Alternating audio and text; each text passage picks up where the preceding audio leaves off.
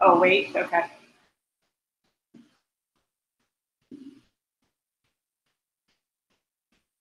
Now we're good? Okay, great. So I'm really happy to be able to have Robin DeRosa have some time to join us today. She's a very busy lady and it is Open Education Week, so I think that Robin's probably doing lots of really wonderful talks everywhere because she's very knowledgeable about open and open pedagogy.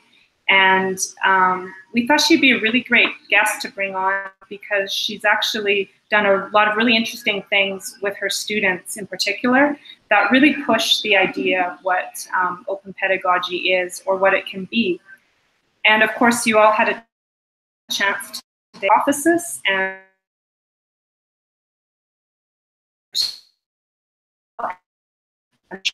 share some things. Which is universities program customize their own majors. Oh, okay. Should I pause? Yeah, okay. Pause at the moment. Okay, sorry.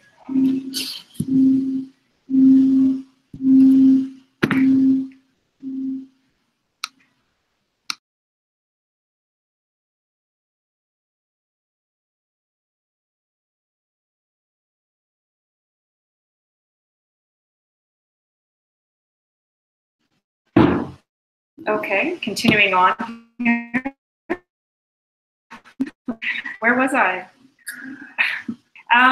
Okay, so the Interdisciplinary Studies program is a program where students customize their own majors in a high technology ecosystem designed around increasing student access and agency in education. And of course, Robin's current research and advocacy work focus on open education and specifically how universities can innovate in order to bring down costs for students, increased interdisciplinary collaboration, and refocus the academic world on strengthening the public good. So these are all really juicy topics. And the first question that I have for Robin, oh, and Maha is here too. Oh, yay, okay. Maha, I'm going to introduce you after I give one question to Robin, and then I'll do a proper introduction for you. But thank you, so great to see you here too. So Robin, the first question I wanted to ask you, because we were working with Hypothesis, and I know you do a lot of open pedagogy projects, but what is one particular thing that you've done with open pedagogy that you're particularly proud of and that you think would be worthwhile sharing with the really wonderful professors that we have here at the UDG? Sure. So hello, everybody. I'm so happy to be with you all. On my end, the connection is a little jumpy, so please let me know if you're not getting it. Oh, everybody's waving. That's super nice. Hi.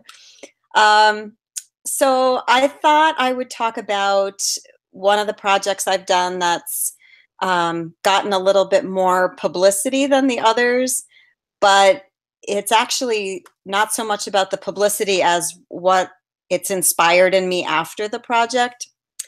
So I had a bunch of students in an early American literature class, and we covered American literature beginning in roughly 1400. And this literature, sort of around Columbus and in some cases before, was all in the public domain. So technically it was out of copyright. But my students were still paying a lot of money in commercial textbooks for the anthology collections of this American literature. So my students worked with me over the course of one summer, and we built a replacement textbook out of digital textbook out of public domain, openly licensed literature. And we started using that textbook in the fall, which saved the students a lot of money. But in addition, the students started to enhance the textbook. They started to build in introductions and notes and images. So they really started getting involved in the creation of the textbook, not just the consuming of the textbook. And for that reason, my whole, well, really my brain exploded when I realized that learning materials could be interactive in that way, that they didn't just have to receive, but they could also contribute. And ever since that textbook that we created, which has been used in lots of other colleges and is now being built out by a whole group of academics on a very wide scale, this very sad little book that we built originally just for ourselves has turned into this wonderful project. But beyond that, I actually do it in all of my classes now, whatever the subject matter is. My students create textbooks in order to save money and also in order to become student authors. They're really wonderful at teaching each other material, even at the introductory levels. So the process of thinking more about my students and what they needed to access materials, who was being shut out from learning because they couldn't afford texts, and then whether or not I was actually valuing my students' work when I was basically deleting it all every semester. Now my students are really putting that work into what I call, without irony, the knowledge commons, and sharing it with other students and scholars. It's changed everything about how I work now, and it's a pleasure.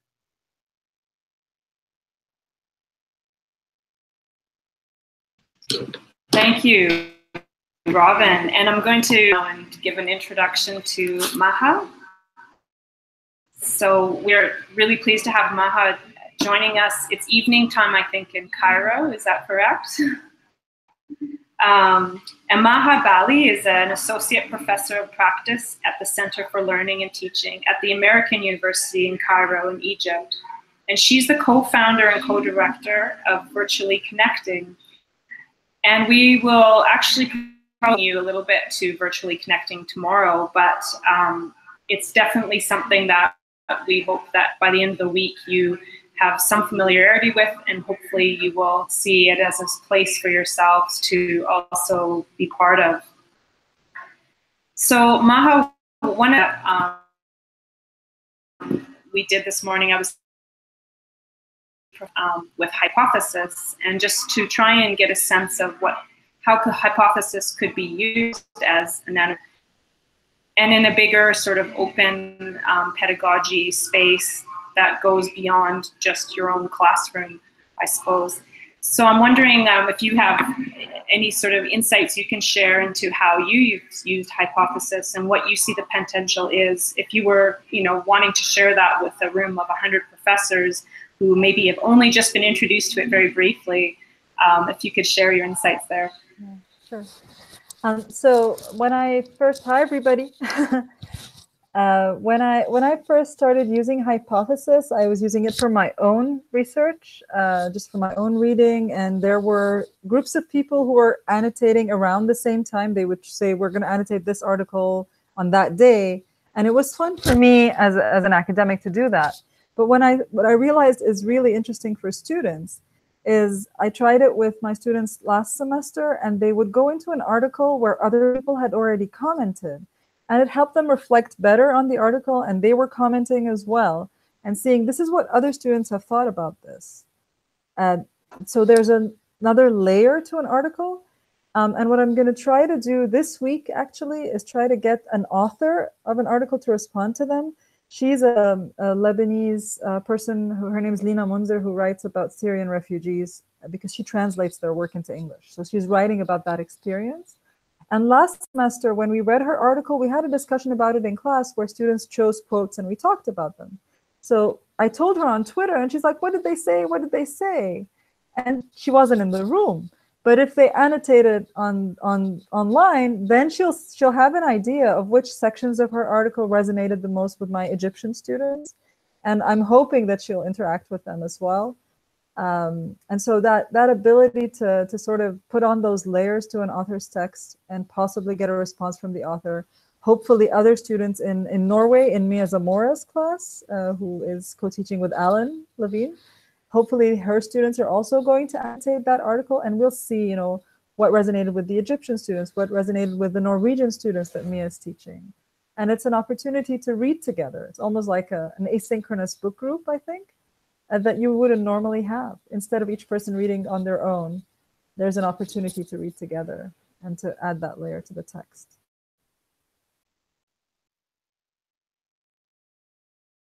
One of the things that you've highlighted the potential of pedagogy to help students connect with others and use world authentic and meaningful. But of course, when we start with open pedagogy, and in some ways, I started. Sorry. Go to the quality here. Is that better, Robin?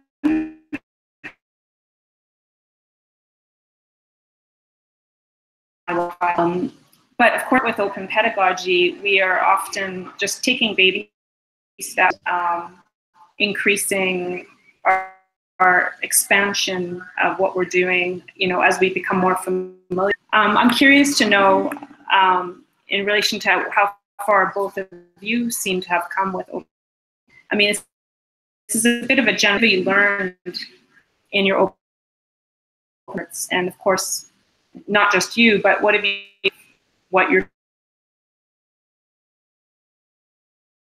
how they might benefit.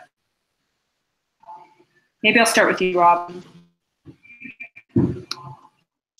So, or did you not get this? Maybe I love it because I didn't really hear anything you said, which means I could talk about whatever I want. So my question is, it sounds like you're hearing me pretty clearly, but I truly have no idea what your question was.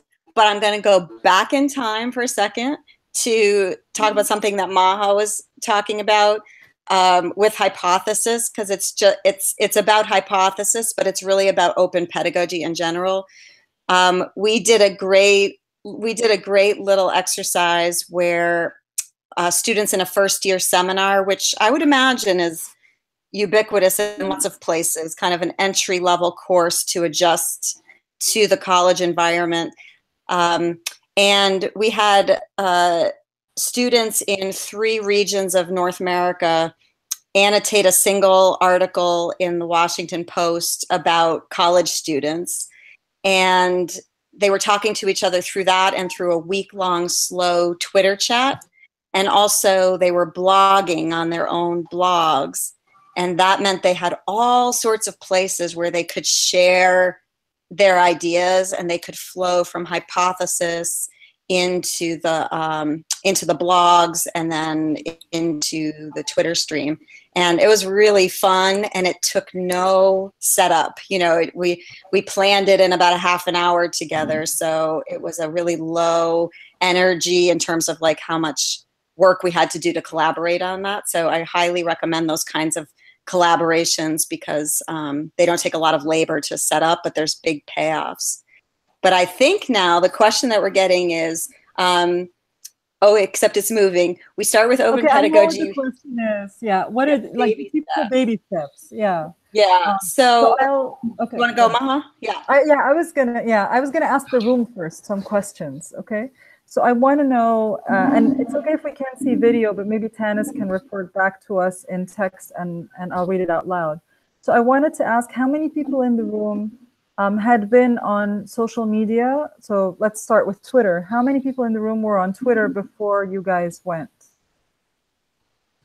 Is it a very small number, or is it half the room, most of the room?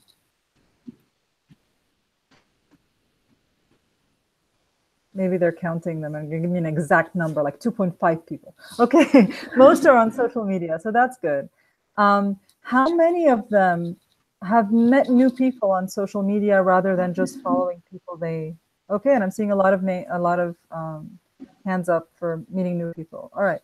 So, I mean, for me, the first thing in my baby steps with open pedagogy, the first step was to be connected to other educators so that when I'm doing something openly on Twitter, I let those educators know that I'm doing it and know that they can support me. So when I do my first Twitter type activity with my students, I let people know from my blog and from Twitter that I'm doing this with my students. And I tag particular people that I know might be interested in that particular topic. And I choose a hashtag that I know people will be looking at even if they weren't looking at my class. And that way I give whatever is happening visibility, so that when the key thing that my students find most interesting is that when people respond to them on social media, like someone from another part of the world that they know. Alan Levine once stayed up late at night so that he can tweet to my students early in the morning, and they were like amazed. And so when they feel like, for me, the first step is just to have a good network yourself before delving into to opening your class, so that you sort of have a network for the students to come into. Rather than just going out into space and not necessarily knowing what they're going to find there. You'll have some idea. That's one of the first things I would do with that. And the other thing is, honestly, the way I got into it is I observed a lot of what other people did. I checked out how people are doing it. I stayed a lot online to read about other people's experiences, and then decided what works for me, what works for my philosophy. And my philosophy changes, obviously, it's not fixed. But and you get inspired by what other people do, and then you try something. It might not work exactly the same way. I mean, some people were just talking recently about using Wikipedia editing as part of your class. And I've heard a lot of people's different stories, but when I tried it here the first time, it didn't work very well. And that's okay. And that's fine. I just gave it a lower percentage of the grade and I moved on. And this semester I'll try to do it better. You learn from other people, and then you have to see how it works in your own context and to keep adjusting until you find the balance. And maybe next semester the students are going to be different, and then you have to adjust again. And I think that flexibility is also important, like being open to changing what you're going to do. Yeah, and I might jump on that and say that I think all of you probably are at very different places than each other with, for example, technology and social media and all of those pieces. But that the core of this work, I don't think, is really about those things. It's about the idea that knowledge is a shared resource. And it's a resource that grows the more we share and collaborate. And in that sense, you can get students contributing and sharing knowledge without, for example, going on Twitter or blogging. Even small things like writing editorials for a newspaper that you might even like type and mail can be a way of asking students to contribute out to the commons. I'm seeing the words "darn tech" in the chat here, so I don't know if you're having trouble hearing me or if we're just saying things about technology. But I found that I use a lot of technology in my classes now, but the main point was really me getting it through my head that my students could be participating in a dialogue. They could be participating in making knowledge, not just receiving it. Technology helps in such profound ways to do that work, but it's just a tool. It's not really the meat of the work. So, students writing op-eds for, editorials for newspapers or even letters to the editors, or getting involved in local politics by sharing research, or even service learning in community centers. All of this work, I think, for me, is part of the same ecosystem of open. And then I think about technology more as a way of allowing us to amplify that work or become efficient with it or reach other communities. But the larger project is really about how knowledge grows and is enhanced if we share it more, and particularly voices that we've not let shape knowledge in the past. And an entire group of people that we generally don't let shape knowledge is students. We expect them mostly in education to be receivers of knowledge. So it's really changed my whole way of thinking, particularly about higher ed, when I involve my students in the creation and the revision of knowledge, not just the absorption of it.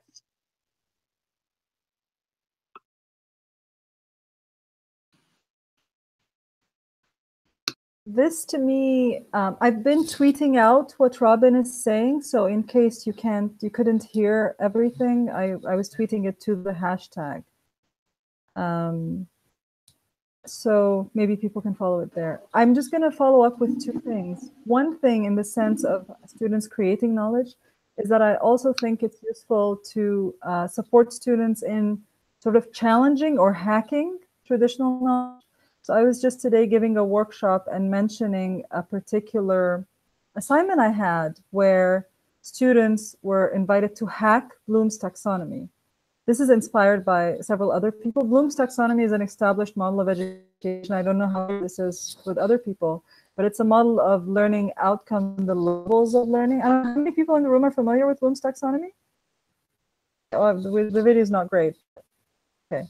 Anyway, it's the one that says, learning starts with, memorization and understanding, and can always get higher up to, analysis, evaluation, synthesis. And it's a pyramid shape. And there was a semester where I asked students to hack it and come up with their own model of what learning looks like and how it develops. And students came up with things like passion as important to learning. And they came up with things like sharing as a level of learning. Like you become interested in something that you start sharing it. And I thought that's a very generational type of thing. And I love that they came up with these things. They came up with spiral shapes and puzzles that come together. They came up with, the puzzle that comes together isn't hierarchical. It's just that all these things happen together rather than in sequence in the way that Bloom had said it. So to me, that's one thing that I like to do. And the other thing I think is, in terms of creating knowledge, I also encourage my students to suggest changes to the course. Instead of asking, I ask them several times throughout the semester and I respond to them, but also at the end of the semester. What should we change about the course? And I break it down into more specific things so that they can more easily suggest that. And then that inspires what I do the semester after that. So another way of constructing knowledge. I taught a seminar where the content of the course was basically to build the course.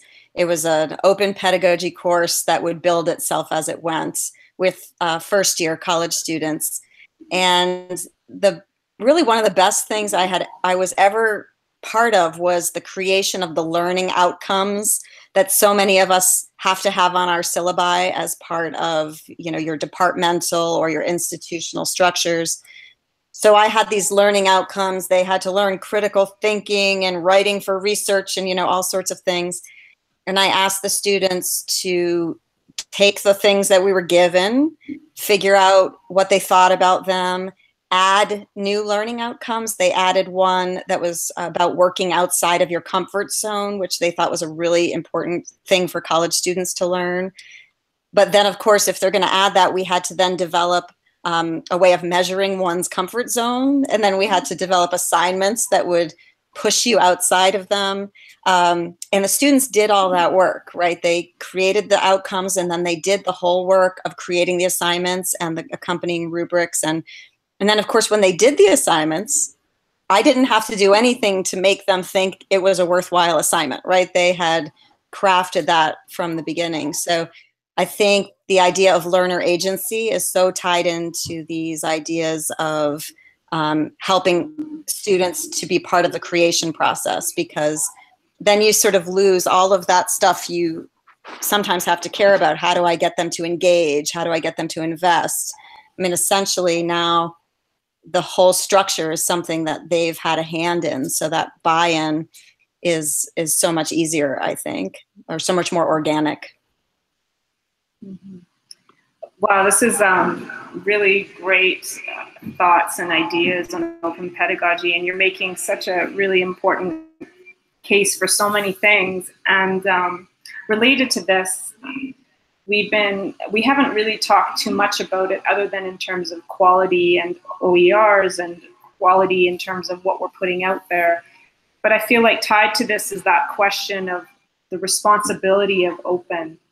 And I'm wondering, and maybe I'll start with Maha here.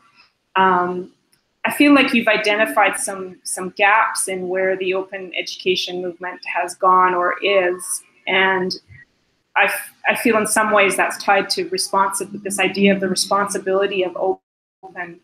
And I'm wondering if you could just sort of comment on that. And certainly I feel like maybe if you could mention the virtually connecting and how for you that addresses a gap, but it also addresses a gap for so many people, and you've done something about it. Yeah. I think I'll start from an abstract idea that I support very strongly, which is one of the issues with open is that a lot of the times it's about, you know, someone who believes that what they have, the knowledge they have is valuable, and so they share it openly with others without necessarily knowing if the others really need it or they'll benefit from it, and so on. And one of the things that happens with a lot of open projects that come to the global south and developing countries, and I don't know if folks in the room have had any experience with that kind of thing, where not just even open education, but just any kind of funding that's meant to be altruistic, is often comes in with an agenda from a Western mindset, thinking that this is what these people need, and here I am offering it to them. Aren't I a very generous person? And a lot of the times, the people on the ground aren't consulted. Their problems are defined for them by someone else, given a solution, and then that solution gets implemented. And their inclusion in this process is often not really participatory. So I was going back to the issue of participation when Robin was talking about student participation and what the, you know, in creating knowledge. I think from my part of the world, that's a huge issue, not just for students, but just for people in general, not believing that they have a role in knowledge creation in the world. And even when you do projects where students create their own knowledge and construct it, it's much easier for them to find knowledge by white male Western scholars. And you have to make an exerted effort for them to find knowledge that is done by someone else that Google does not put in the first page, that might not be available open access because there wasn't funding for it to be made available open access, that might not be easy to find because it's not in their same language. It was made in some other language, and they don't realize that they might try Google Translate and still be able to understand it in another language. But so virtually connecting, which I understand you are going to talk about soon, like tomorrow, and Robin and Alan have been very, very important volunteers and very important part of the growth of virtually connecting. It's an example of something that started because of my needs as an Egyptian scholar. And I think because I participated in the creation of this open pedagogy project, I think that made a difference to how it developed into something that is useful for people like me. So virtually connecting is a way for people to connect in the way that we're connecting right now, to conferences, to academic conferences that they can't go to. So I couldn't go to a particular conference and I really wanted to go there. But what I was missing was not that I couldn't present there. That was not the problem. The problem was that I was missing the actual conversations that people have just in the hallways at lunchtime and things like that. And what we did with virtually connecting is my friend Rebecca Hogue was going to that conference and she said, I'll connect you on my phone or on my iPad and you can talk to people. And it started out as just me and her wanting to do this thing because I wished I was there. And it eventually grew into, oh, well, maybe other people want to join and talk to that person. And it's grown that we go to different conferences and have these different conversations with people. And what's been happening is that other than me as a Global South scholar who can't necessarily financially or socially or logistically go to a lot of conferences, it's also that some other people who in different parts of the world are adjunct and they don't have funding, or they have health issues and they can't travel. And it turns out that this kept growing because there was such a big need for this. And people who do go to conferences now say they recognize the voices, the marginal voices that are not in the room. And now conferences are not just this place where only the elite people know what's happening in the world, but that there are more voices in that room for that. So I'm going to stop because I think there are a lot of questions that have been coming in, and I think Robin is going to answer them. Okay. So there are a lot of questions. Some of them I think have quicker answers and some longer answers. So first of all, for Fabiola, we will certainly be sharing with your team some examples of these student-created textbooks. There's lots of OER textbooks that are different. The ones I tend to make with students are kind of fun to look at, I think. So I'll make sure that you guys get a copy of the interdisciplinary studies one that we've been working on for about a year so far. And I use Pressbooks, which is a very simple technology, particularly for people who might know WordPress already. So if you know WordPress, Pressbooks might take you about an hour to learn how to build a textbook. It's free. If you don't know WordPress, it'd probably take about 3 hours to learn Pressbooks, but that's about it. It's a simple tool for building online digital books that you could share or print or whatever. But some of these other questions are also great, particularly Laura's, is there student resistance for doing activities? And I will say that open pedagogy, sometimes I generally find my students are thrilled, and I use that word on purpose because it's not boring to work in these ways, and many of my students are very accustomed to being bored.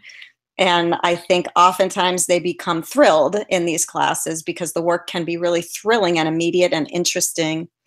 But I do get pushback sometimes, particularly from A students and really accomplished students who have been used to excelling in traditional models, and they don't always like the whole, you know, we're figuring this out as we go, we are discovering and inquiring, and I don't already know the right answer.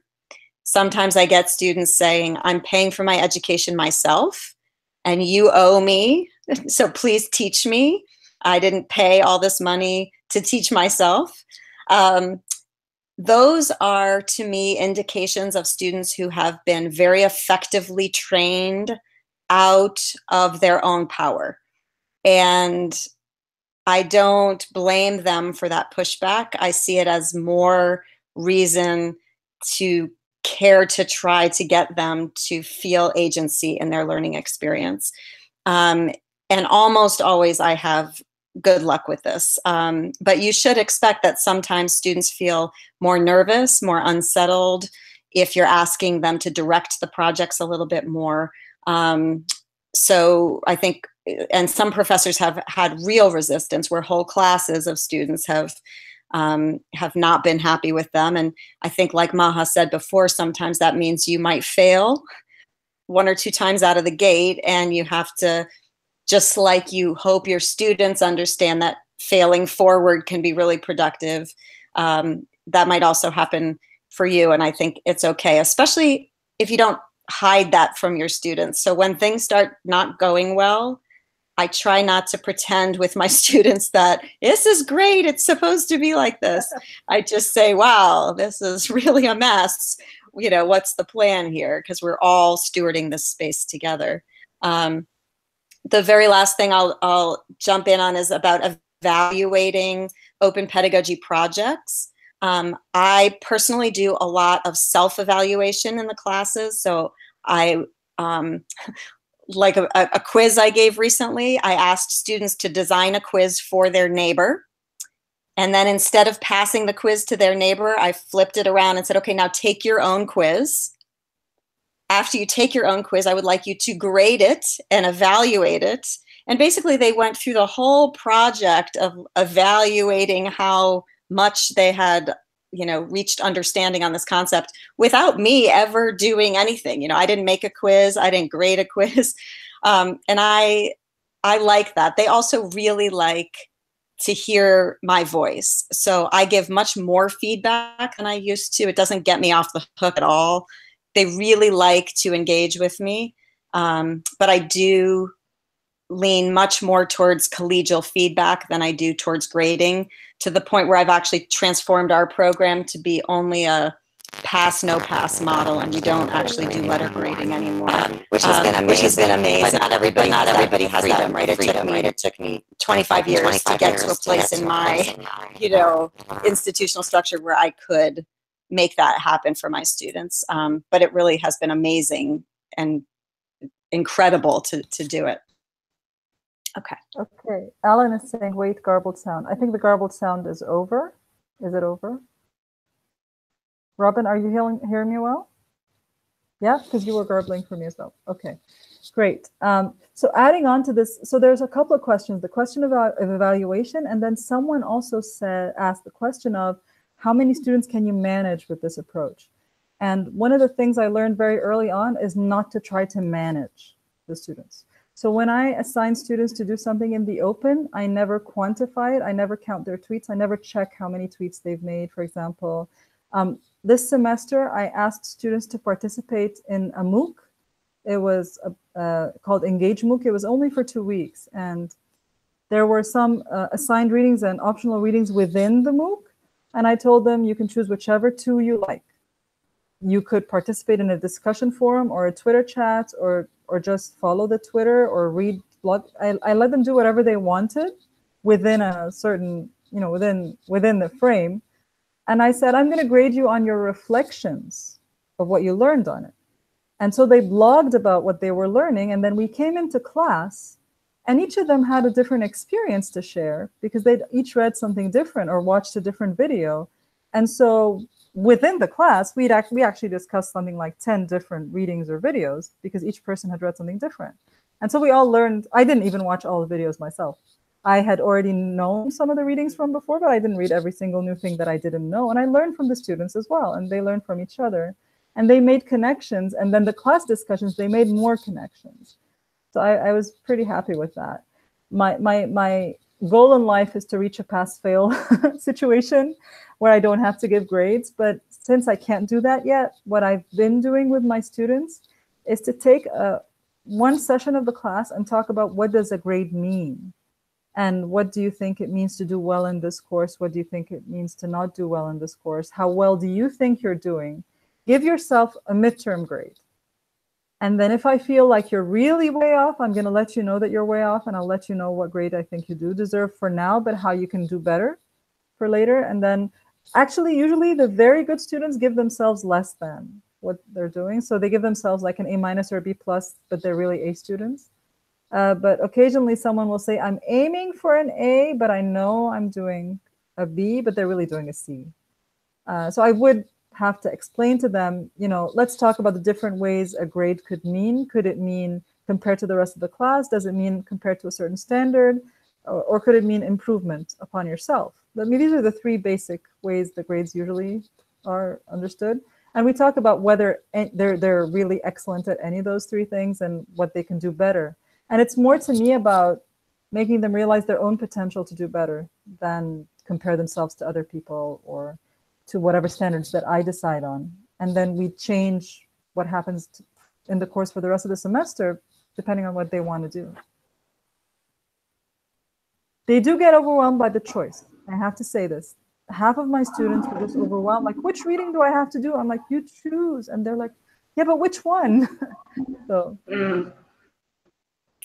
Well, I've had my video off, but I'm nodding my head as both of you have been talking, and it's and honestly, there's so much of what you've said that I wasn't aware you were doing. So it's just exciting to get to know that better too on this end and through this means with the Mural UDG project that we're doing here. I feel like I'd love to chat with you and have you share more, but I'm anxious to let you get off the hook, and I'm anxious to let Maha finish off her evening as well. I don't think there's any more questions that I can see in the chat, so I really just want to thank both of you for joining us today. It's really, I think, enriched the experience that we're trying to give the professors here at UDG, to give more global perspectives on what other people are doing and to hopefully provide ideas for how their students and themselves can be part of a bigger open education movement that actually, connects all of us. We've all been connected through this movement, even if some of us haven't met in person, and that's just also what makes it so wonderful as well. So I thank both of you so much. And I really wish you the best for the rest of Open Education Week. And please, I don't know if I'm speaking over somebody here because I lost you were excellent tweeters. Oh, yeah, and it's always very entertaining as well. So thank you to both of you. Can anybody hear me? Because I just want to make sure you guys in the room, and I'm sure I'm speaking for Maha too, which, you know, I would normally never do. But when I say that we are just actually regular people, and so we would love it if you've got questions to follow up, you know, with Twitter or an email or whatever you're comfortable with if you need us. And sometimes we can also connect you with people who may be doing projects that are not like what we do, but we might know people that would be good collaborators for you. So please let us know if we can help you. Yes, what Robin said. And also, I invite you, if you're interested in that article that I mentioned, to annotate with my class. It's a beautiful, beautiful, heartbreaking article. And I really would encourage you to collaborate with us on this. So thank you for having us. And I hope I see you on Twitter. Thank you. Goodbye. We'll leave you now.